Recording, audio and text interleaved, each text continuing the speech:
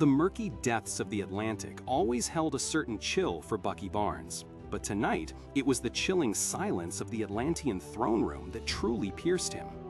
Namor, the submariner, stood before him, the very embodiment of regal arrogance and ancient power.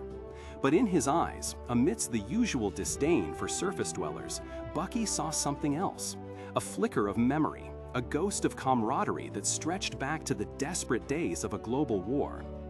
"Soldier," Namor's voice boomed, cutting through the water's pressure. "I had thought you lost to the ages, or perhaps merely a lesser shadow."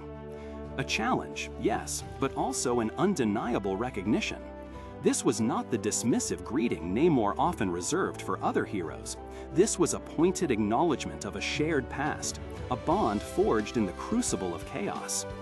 For Bucky, still wrestling with the fragmented echoes of his own identity, this encounter was a jarring yet profoundly grounding reminder of who he truly was, and more importantly, who he had been. To understand the weight of such a moment, we must first cast our minds back to the tumultuous years of World War II. It was a time when the world teetered on the brink, and unlikely alliances were formed in the desperate fight against tyranny. The Invaders, a team of Earth's mightiest heroes, were forged in this fire.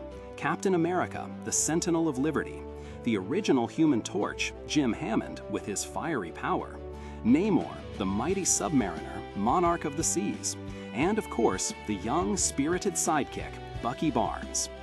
These were not just colleagues, they were brothers in arms. They faced unimaginable horrors together, pushed their limits beyond endurance, and placed their lives in each other's hands daily. Bucky, though younger, fought with a ferocity and a strategic mind that earned him the respect of even the volatile Namor.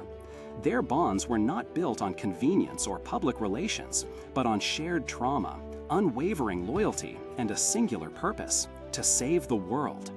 It was a foundation so strong, it seemed nothing could ever break it. But then, tragedy struck. The fateful mission that seemingly claimed Captain America's life also took Bucky, or so everyone believed. Instead, he endured a different, far more agonizing fate. Rescued and brainwashed by Soviet intelligence, he was transformed into the Winter Soldier, a ghost in the shadows, a weapon of unparalleled precision and chilling brutality. Decades passed, filled with missions of assassination and manipulation, his memory suppressed, his humanity seemingly erased.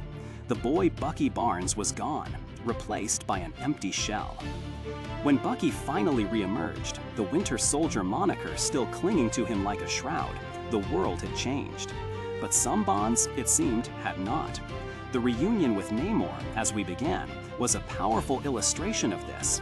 Namor, rarely one to show weakness or sentiment, retained a deep-seated respect for the soldier he had fought alongside. He saw through the brainwashing, through the cybernetic arm, through the hardened demeanor, to the essence of the young man who had stood shoulder to shoulder with him against the Axis powers. Namor's blunt recognition of Bucky's past, without the need for explanation or apologies, offered a unique form of validation. It was a silent affirmation that the Bucky Barnes of World War II had not been utterly annihilated. Consider another encounter, vastly different in tone, but equally profound. A chance meeting with Toro, Thomas Raymond, the fiery sidekick of the original Human Torch. Toro, youthful, earnest, still embodying that bright spark of heroism from decades ago. For Bucky, haunted by the icy grip of the Winter Soldier, seeing Toro again must have been like catching a glimpse of the sun after a long, dark night. There was no judgment, only an innocent, unwavering belief in the friend he had once known, even if that friend now bore scars unimaginable. Toro's warmth was a stark contrast to the coldness Bucky had endured and inflicted, and yet it was precisely that warmth that allowed a fragment of Bucky's old self to breathe. These reunions underscore a fundamental truth about Bucky Barnes. His loyalty, forged in the crucible of World War II, was not something that could be erased by trauma, brainwashing, or the passage of time. His relationships with his former Invaders teammates, particularly figures as distinct as the proud Namor and the earnest Toro, acted as anchors. They were living, breathing memories that helped him navigate the turbulent waters of his rediscovered identity. They served as vital threads connecting him back to a past he desperately needed to reclaim. His journey, from spirited sidekick to tragic weapon, and finally to a hero rediscovering his soul, is deeply intertwined with these enduring bonds. They highlight that even after the most traumatic transformations, the essence of who we are and the strength of the connections we forge in our formative years can persist. For Bucky, his Invaders comrades weren't just old friends. They were beacons, reminding him that the valiant young man who fought alongside Captain America was still there, beneath layers of pain and forced amnesia.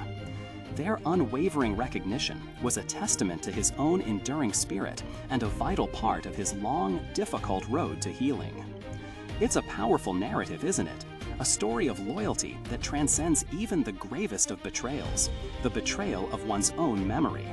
It reminds us that our earliest bonds can often be the strongest, providing a foundation that even the most destructive forces struggle to dismantle. What are your thoughts on Bucky's journey and the power of these enduring friendships?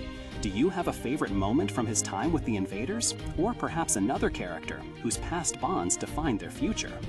We'd love to hear your insights. Share your comments below. And if you've enjoyed this exploration of Bucky Barnes' remarkable story, please consider subscribing for more journeys into the heart of heroic legacies.